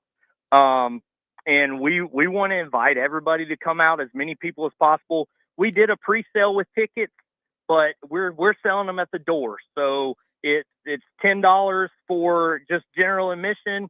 And we have some limited ringside VIP seats that are $15. Mm-hmm. So come on to the door and get them. The other thing is we are only taking cash.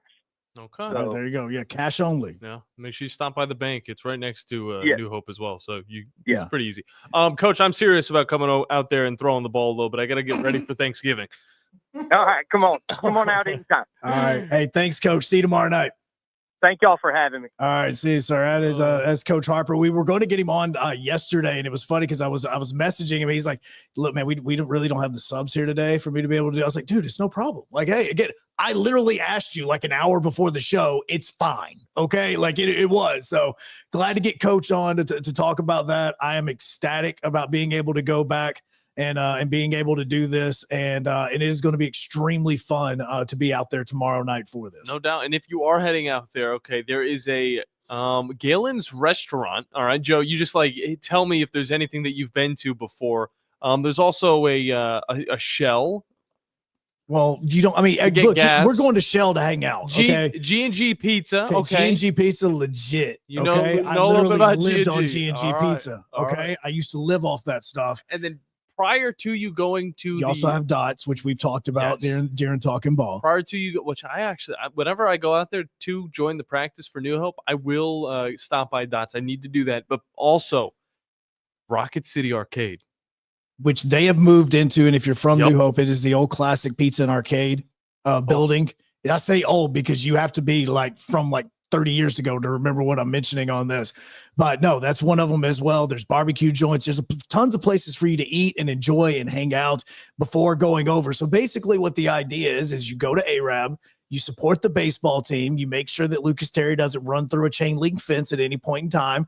Then you just shoot right down, go right. All you got to do is from ARAB, you take that Hobbs Island road turn, takes you straight to New Hope, man. And you're good to go. I used to live on I live off Hobbs Island Road, but I used to drive that road all the time. Yeah, I'm going to be making the trip down there soon enough. I already actually kind of I scouted it out a little bit. It's right before the bridge. If you're going to Cherokee Ridge, absolutely, you hop on Hobbs Island and you just get taken straight over to New Hope. So that's what you got to do. Get on out there Saturday night. Joe Hunk will be there, as well as a whole lot of fun that fits his motif. But we got to hop into a break. When we get back, phone lines open to you, 256-576-9777. And I'm also going to remind you who the sponsor of the show is. Oh, my goodness. Here on the Blitz. 6 p.m. is when it gets going. Organizations using Salesforce know how powerful the platform is and how much time, money, and headaches it saves if it's set up right and you know how to use it. Let's face it, Salesforce is complicated and time-consuming to figure out, and a lot can go wrong now and down the road without expert help. That's why most Salesforce users work with an implementation partner like Higher Echelon, so they get the absolute most out of their Salesforce investment. Higher Echelon is a 5-star Salesforce consulting partner who won Salesforce Military Hiring Partner of the Year. President Dr. Joe Ross is retired Army, who played and later coached for the cadets. He puts that experience to good use at Higher Echelon, where they pride themselves on hiring veterans. Look, not all Salesforce partners are the same. Don't put your company at risk by going with an inferior partner. Higher Echelon is the trusted partner you can count on to get you up and running and seeing returns on your Salesforce investment in a fraction of the time it would take if you go it alone. Go to higherechelon.com. That's HIGHERECHELON.com to learn more. Go higher and go Army. I'm here with Thomas from Talent Heating and Air. With the temperatures going up and temperatures going down right now, now is a good time to get your heating and air system looked at. Thomas, when somebody calls, you guys answer. That's right. The phones are staffed by us. They're manned 24/7. We're ready to come out and take care of you that day. How do they give you guys a call? You give us a call at 256-503-4490. And you can find you guys on the World Wide Web at talenthvac.com. And now is a good time to do this because you guys are offering a special deal. That's right. We're doing $49 tune-ups this spring. We're also doing free second opinions. We offer that year-round. Somebody comes out, they say you got a back compressor, leaking refrigerant. Give us a call, see if we can save you some money. Thomas from Talent Heating and Air. Thomas, one more time, that phone number.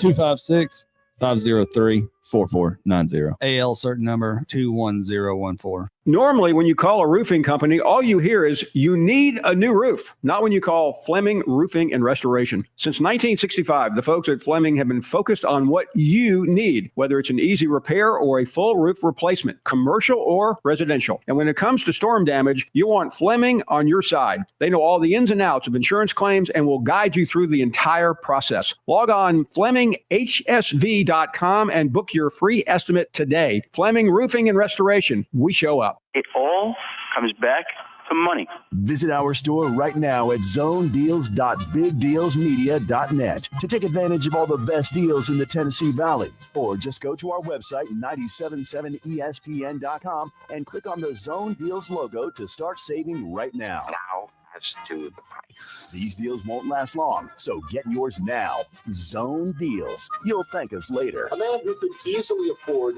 to buy a vowel. Would you call a plumber for a root canal? The same goes for selling your timberland or farm. Choose someone who understands your property and can help you on the front end so you can capitalize on the back end. I am Bo Butler with Southland Realty and Auction. As a guide, I have put many hunters in position to take a shot. It's time for you to take your shot. Let's talk about putting you in position to sell your property. Call me at 256-609-0512.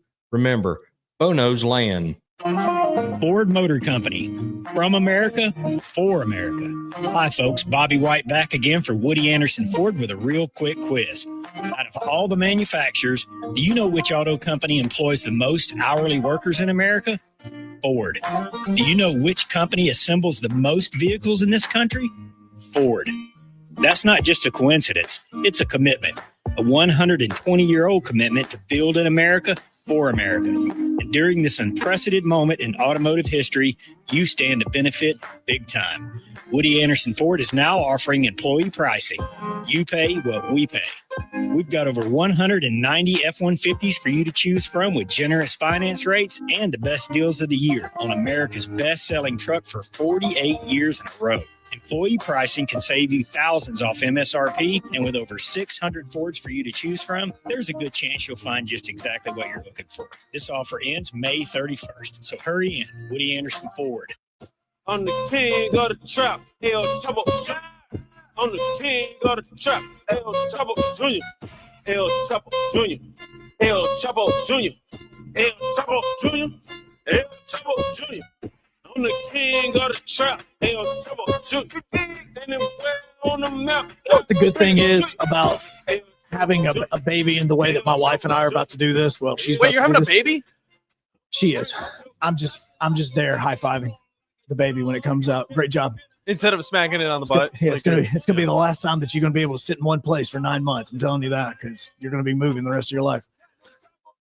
So my other two kids were born at the exact same time. Like, they were born obviously on different days because, one's older than the other. One was on October 15th. One was on April 12th. They were both born at 11:14 a.m. How that happens, no idea. Well, initially the doctors told us, hey, you need to be at Huntsville Hospital Monday morning at 6:30. Wait, I have an applause for that one. No, it's nothing to applaud about. Oh, okay. My wife just calls me and she's like, hey, call me when you can, which always freaks me out, especially at this point in time. Like, am I meeting you somewhere? Are we having this now? What's going on? No, now we have to be at Huntsville Hospital at 5 a.m. Oh, we're going to be rolling into the hospital rocking this. You gotta be. We're going to just be like, just El Chapo Jr. Wake just up, going up. Wake up, baby comes out. There you go. Yeah, so before Talking Ball even goes on the air Monday morning, most likely we will have a new daughter. Congratulations. Yes, that's new for us.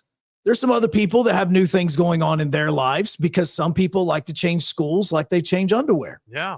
TJ Finley is one of those. He still has eligibility? On3 is reporting that TJ Finley is officially entering the transfer portal again. I don't think Tulane was going to let him play any football. Steve, did he hear that? Yeah. TJ Finley, who was at LSU, he has been at Auburn, he has been at Texas State, he was at Western Kentucky last year. He's been at Tulane for, I don't know, practice. I don't really know how long he's been there. 3 months, maybe. Is now entering the transfer portal yet again because today is the last day that you can put your paperwork in. So TJ Finley, who did he even wear a Tulane helmet at practice at any point in time? Yeah, he did. He did. But then he also got arrested or something for stealing a cart. Yeah. Yeah. So TJ Finley again is entering the transfer portal. This is not a drill. This is not a best of segment.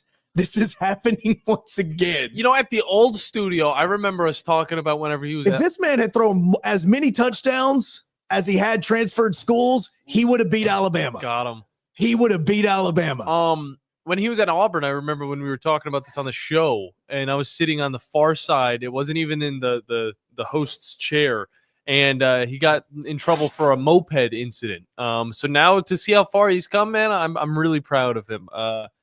Not really. Well, we should head to the phone lines. We probably should just just go with that. Josh, how you doing, man? Hey, what's going on, fellas? How you doing, sir? I can't complain. It's Friday. Oh yeah, I get Talladega this weekend too, so that's gonna be pretty lit. Crap, I got to give you Oh man, you're gonna have a blast. It's a good time there. Oh yeah, gonna be camping out on Saturday night. Hey, and I hope that kid doesn't run into another chain link fence. Oh my God. Dude, I'm serious. Please don't let him. I'm telling you, I know we were joking with Coach Harper about it, but I mean, seriously, after you see him get up and you know that he's okay, you're looking at him going, seriously? You guys were up by like 10. Okay. You could have let that one go off the wall. Right. He has been so hard. Oh man. Y'all brought up so many memories with Dar, by the way. Thank you. Yeah, I won't say DAR. No. But man, that brought up some memories. But I wanted to talk about the draft last night, and obviously I was wrong about my boy Jalen Milroe, but he'll probably go tonight. But I was just curious, how do these guys get paid so much money and they have so much insight supposedly, and then when the draft gets here, everything is completely wrong what they said. Like, everybody traded for other picks. I mean, it's like the only other job in the world, like a meteorologist, where you can get it wrong and still have a job tomorrow. Well, and look, and I know you listen to the station, and I don't know if Coach Mack talked about this when he was on a couple of days ago, but I know the one thing that Coach Mack has always told me whenever we're sitting around talking about the draft, and anybody asks him that question of, hey, what do you think the Titans should do at 11, like last year? What do you think they're going to do at 11? What do you think the Titans should do at 1? And he's always going to say every time, well, tell me who got drafted before me, because you have a plan. But see, part of, again, once you have these sessions, and this will always happen, especially, and I say this from the team standpoint, not so much the beat writers and everybody else, you have all of these sessions where you literally go through all of these different picks and saying, okay, it's just like a game. All right, so if this happens and then this happens and then this happens, what are we going to do? What is our best option here? What do we need to have so that when it comes and you're starting to get closer and closer to your pick, you've already went through all these drills that you go, okay, we know what we're doing here. Let's go ahead and start executing it. If it is call with the team because you've already made those pre-calls and you're saying, hey, if we're here at this position, would you guys be interested? Like, you start talking about trade options then.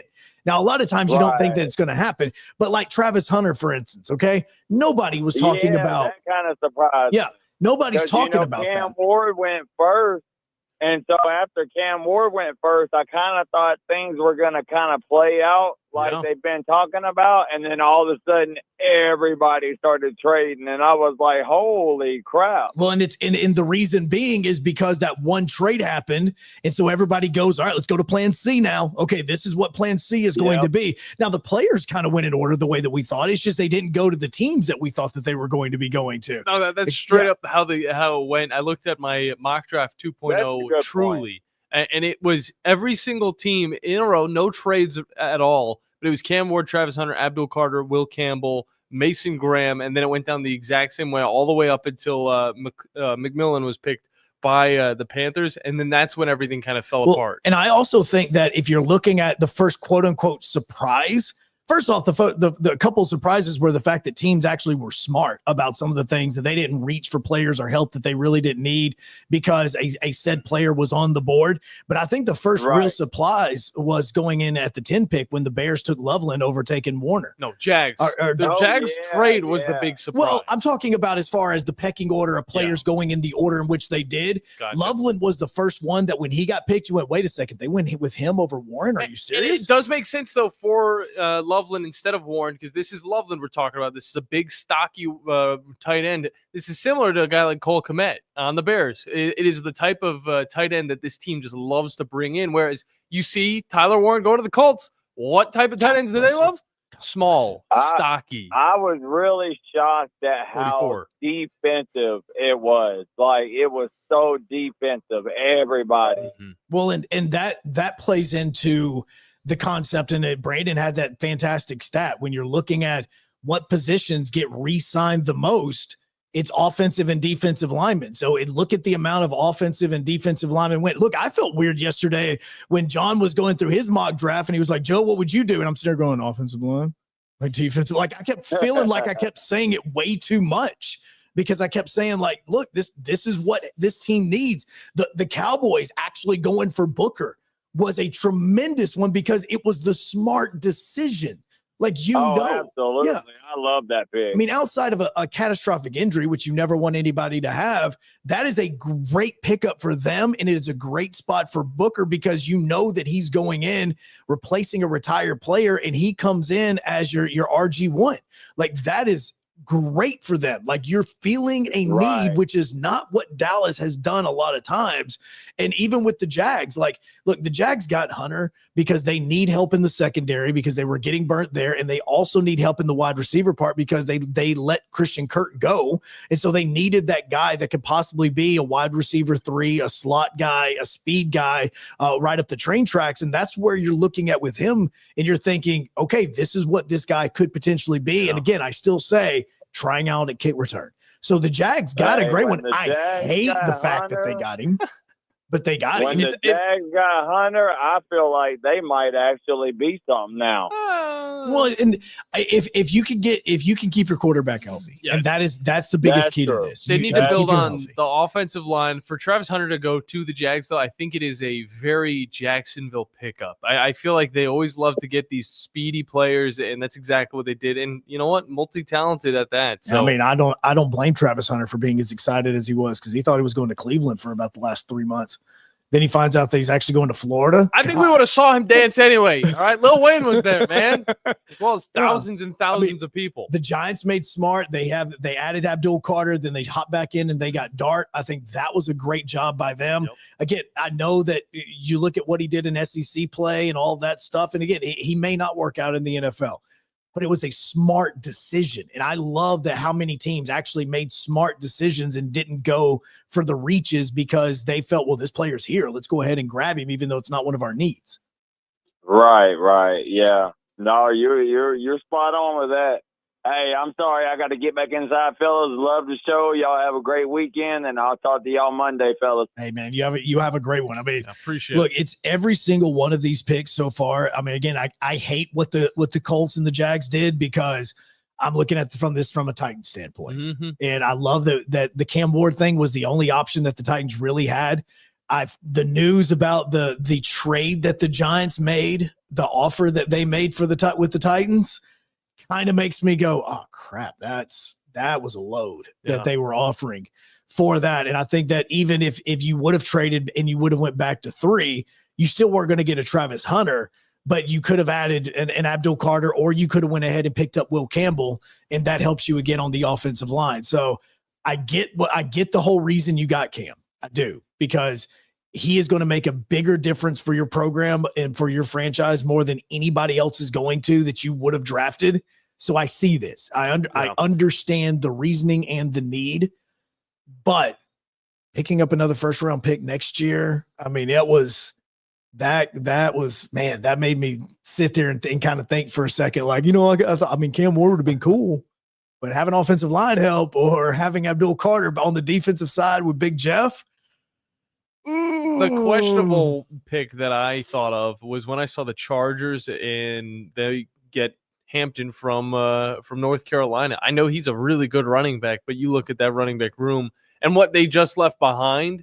And of course, this is John Harbaugh we're talking about. We're talking about or is it Jim Harbaugh? We're talking about a guy that loves his running backs. He already has Najee Harris on this. And now you bring in a guy like a Marion Hampton, and now you got that 1-2 punch that you have a big running back, a tall running back, then you have that short running back. but he's able to plow through guys, and he's gotten so many yards in his last 2 years at North Carolina. I think it's great, but at the same time, there's a lot of need in that defensive side. Khalil Mack can't do it all by himself. The whole idea, though, as well as with Harbaugh, is when he was coming over, he also saw the value in Austin Eckler. And I think that Austin Eckler, when he was a Charger, he gave you that wide receiver and running back, which is kind of what we're talking about. A lot of players right now, when you're looking at their value in the draft, as far as the running back position is going, you look at, okay, pass catching ability as well as running ability, and the fact that you're going to want to start him out right beside you in shotgun, but you want to go 5 wide, you can put him out there and he can run a route. Like, that's what you're wanting in these scenarios, so that you have a 3-down back. And I think that that's what he's really trying to find. And the type of offense that you kind of saw at North Carolina last year was one that kind of fit that mold.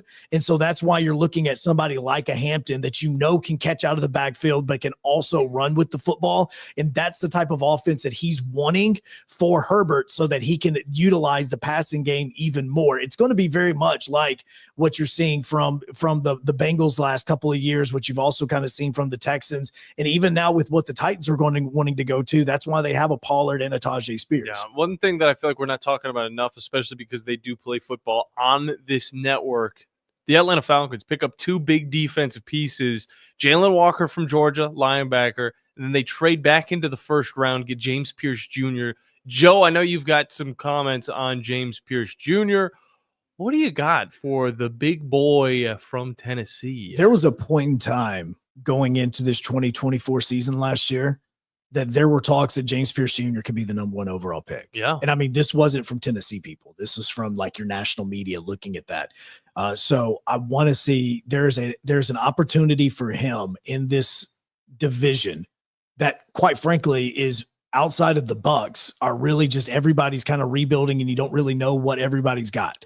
We still don't know who's going to be the quarterback of the Saints. The Panthers had a tremendous picking up. McMillan was tremendous for them because that adds to that passing attack. And you're looking around and you're going, okay, I mean, the Bucs picked up a wide receiver. What in heaven's name are you doing? But it was, especially when, again, you have no defense whatsoever, Texas Tech. Yeah. And so I'm looking and thinking to myself that Atlanta with Michael Penix Jr., you don't know if he's going to make any mistakes, because this is going to be his first full year of starting at the quarterback position. But your defense needs help. And for you to jump back in to pick up 2 edge rushers, Pierce was getting double teamed so much because of him and the impact that he had on that Vols defensive line and his ability to get to the quarterback. Teams were having to focus 2 guys on him. Mm-hmm. So his ability to get away from that, I know that luckily for him, he's most likely not going to be the focal point of an edge rush or a blitz, or I should see him being in a way that he can be a complementary player there, which could give him more opportunities. This could be a good spot for him to be able to get to a Saints quarterback, to get to a Baker Mayfield, or, just absolutely destroy Bryce Young, depending on what he could do. It's a good pickup in division that you're looking at a solid defense being built where some of the teams in this division don't have that. No doubt. And I really like Jalen Walker as well. You said 2 pass rushers, and that is truth. I mean, even though he's listed as a linebacker, he was on the defensive line almost as many times as he was in the box. But Joe, the Falcons don't have a 2nd-round pick right now. So there is that. That is the give and take. Yeah, that's the give and take, because you just picked up 2 first-rounders. Mm-hmm. Like, you made a great decision. I mean, look, it's even kind of crazy in the NFL. The team that you just played against in the Super Bowl, you make a pick with. Like, you make a trade with to move up 1 pick. I think it was great for Philadelphia picking up Campbell the way they did, and then turning around and looking at what the Chiefs did. You pick up an offensive tackle that's going to be able to help an offensive line that you definitely need help with, because you need the blocking. That's always been the issue with Kansas City through this dynasty run that they're on, is offensive line help. So you bring in somebody like a Josh Simmons. I would have loved for him to be there in the 2nd round for the Titans to try to pick him up, but he's not going to be. And so now we look at this 2nd round, and there's a lot of good players still on the board that can still get taken. Yeah, I like the fact that they had to trade with each other, though. That was the funniest thing. We got to hop into a break.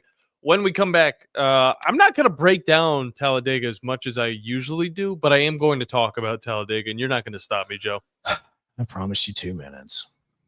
Fine. I get the last segment. Dang it. 2565764. Eagle Masonry and Insulation. It's right there in the name. Eagle is your one-stop shop for block, stone, or brickwork, monument signs, and outdoor kitchens and fireplaces. Eagle also offers the finest craftsmanship and insulation, including fiberglass or spray foam insulation, and of course, insulation removal. Philip Love and his team have years of experience, bringing the region the best in masonry and insulation services. For more information and a quote, visit insulatewitheagle.com or call 256-755-1556. Eagle saves you time. Eagle saves you money. Carrabba's Italian Grill is the best place to enjoy authentic Italian cuisine, passed down from our founders' family recipes. Featuring a wood-burning grill, you can enjoy Carrabba's signature dishes, including chicken brine, wood-fired grilled steak and chops, and classic Italian pasta dishes. Have a special event? Elevate your catering with Carrabba's Catering, the perfect way to enjoy large party portions of your favorite hand-prepared dishes for any event. Carrabba's Italian Grill at Parkway Place, Huntsville. Tom Abraham back from my friend Ross Roberts at Valley Equipment Rental. It's springtime, so let's get that garden tilled with a tiller from Valley Equipment. And while you're at it, snag a power washer for the house and the driveway. And if you're putting in a sprinkler system, they have the small trencher that you need. And you can even rent a Skag zero-turn mower and much more to get your property in shape. Valley Equipment, not just for the contractor, but the homeowner as well. 2 locations on the North and South Parkway. Valley Equipment Rental. Learn more at valleyequipmentrents.com. Hi, folks. Bobby White back again for Woody Anderson Ford, inviting you to come test drive any one of our over 100 F-150s. From rock-solid, dependable work trucks to our state-of-the-art Platinum Series, we've got an F-150 for you. Test drive one today, and you'll understand why the F-150 is the best-selling truck in America, going on 48 years in a row. Just as successful offenses and defenses are built on teamwork, Woody Anderson Ford is powered by our people. Our sales and service teams are well trained to save you time and money. And because we want your business again and again, no one will work harder to earn it. Our mobile service teams come to your home or business for oil changes, brake work, tire rotations, and more. And the great thing is you don't pay extra for it. We come to you with mobile service at no extra charge. Proud to be local, family-owned, and at your service for over 62 years. Woody Anderson Ford, Alabama's F-150 Superstore. Tom Luganville here for my friends at Woody Anderson Ford. Bobby White and his team take great pride in their service department, and you can see it the moment you walk into those beautiful new service lanes. And just like a championship team, they all work together to make sure your experience is second to none, whether you drive a Ford or not. Also, check out the gold certified pre-owned inventory at Woody Anderson Ford for great deals every day. Stop by and see them at Jordan and Sparkman or at Woody Anderson of Madison on Hughes Road, or visit WoodyAndersonFord.com. The state's largest orthopedic group is growing to meet the needs of the patients in our community. The Orthopedic Center has long been the most trusted name in orthopedics in North Alabama. So as our area continues on the fast track, so does the need for premier orthopedic care anywhere and anytime you need it. TOC is proud to announce the opening of our new locations in Albertville and Hampton Cove, along with the grand opening of our newest office in Decatur. These clinics will offer the same high-quality orthopedic care you have come to associate with TOC, with the convenience of being closer to home. As a patient, your time is your most precious asset, and we recognize that at TOC. That's why we are also proud to announce the opening of our urgent ortho clinics to handle those bumps and bruises that need prompt attention. These clinics are available to care for acute orthopedic injuries with no appointment necessary. With 38 physicians, 20 centers of excellence, and now more than a dozen locations to serve you, TOC will continue to be the name you turn to for the best orthopedic care at the right time. Visit our website at visittoc.com for more information. TOC, helping you live a better life. There's the phone and no one to answer. 256-576-4977. And as a result, we got many, many phone calls and letters. Give us a call on the Neighbors Wealth Management Hotline today. 97.7 ESPN, The Zone.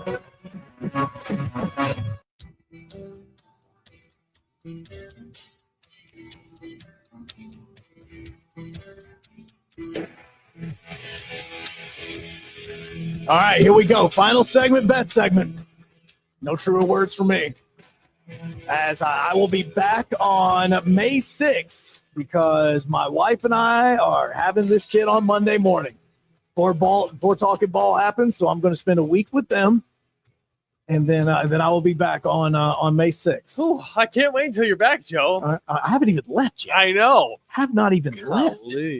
Well, before I have to, this is how I have to go out listening about Talladega. No, Joe, I'm not gonna.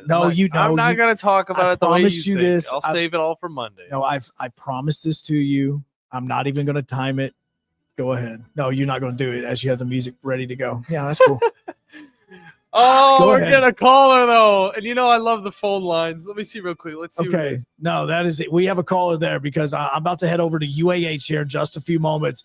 UAH West Alabama is the final series of the regular season, is the final series of the season for UAH. They've been eliminated from the GSC playoffs, so their season is going to wrap up tomorrow afternoon. We're going to be trying to get these baseball games in between the rain. Yes, do that. But go ahead. First pitch is supposed to be at noon. Boys and girls, I'm going to Talladega. This is going to be my first Cup Series race that I've actually been able to attend. William Byron, Chase Elliott, Ryan Blaney are the guys to watch for. And if you want any sleeper picks, I'm throwing out Alex Bowman. I'm throwing out Chris Buescher. And I'm throwing out Tyler Reddick. He's going to get on his high horse soon enough.